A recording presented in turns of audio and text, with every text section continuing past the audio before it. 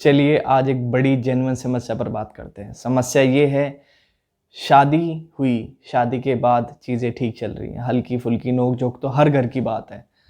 आपकी पत्नी आपसे कह के जाती है, सुनो जी मैं कुछ दिन के लिए घर जाना चाहती हूँ, मैं थोड़े दिनों बाद आती हूँ, मेरे को थोड़ा ठीक लगेगा या फिर मुझे थोड़ा-सा ब्रेक चाहिए, मैं थोड़े दिनों में वापस आता हूँ, किसी और रीज़न की वजह से चली जाए। और फिर जितना समय बोला था उतने समय वापस ना आए। आप उनको कॉल करो कि मैडम काफ़ी समय हो गया है, आप वापस क्यों नहीं आ रहे हैं? वो एक रीज़न, दूसरे रीज़न और तीसरे रीज़न से आपको टालती रहे। तो समझ जाइए कुछ गड़बड़ है। गड़बड़ क्या है? गड़बड़ मतलब कि एक 3 केसों का पैकेज हो सकता है कि आपके अगेंस्ट में चल रहा हो।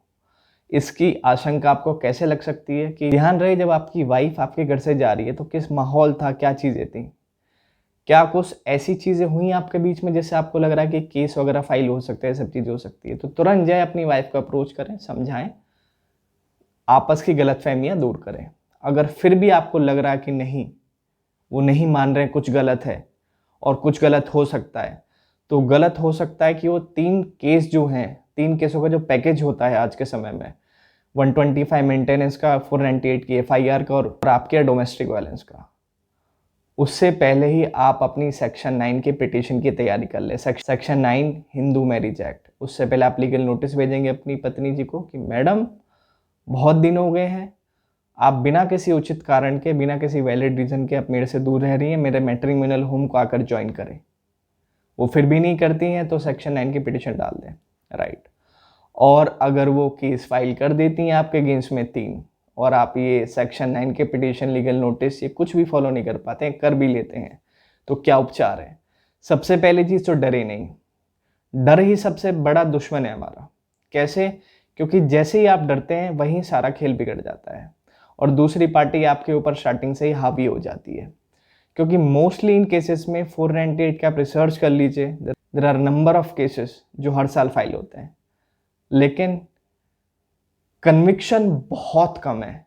Even the honourable Supreme Court in the case of Avnish Kumar versus state of Bihar में, उन्होंने इस बात को ऑब्जर्व किया है कि इन केसों में कन्विक्शन कितनी कम है और एक्सप्लॉयटेशन इन्हीं केसों से होती है।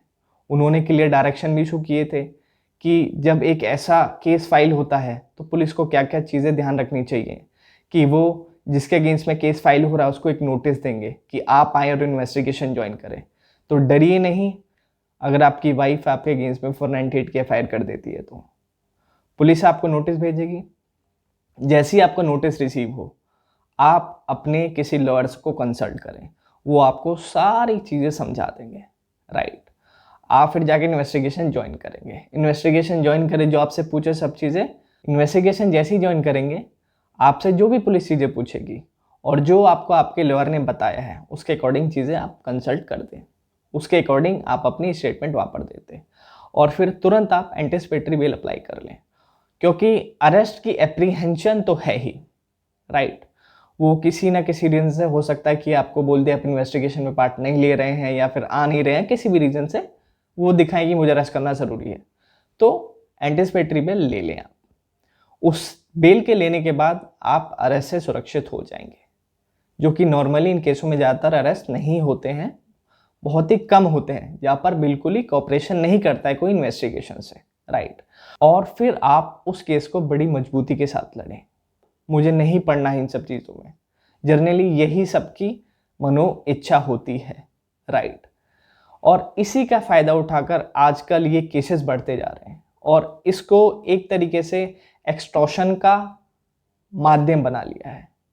और जो रियल विक्टिम्स हैं वो आज भी विक्टिम ही हैं, वो इसका फ़ायदा नहीं उठा पा रहे हैं। Real victims majority cases false हैं, फैब्रिकेटेड है, राइट।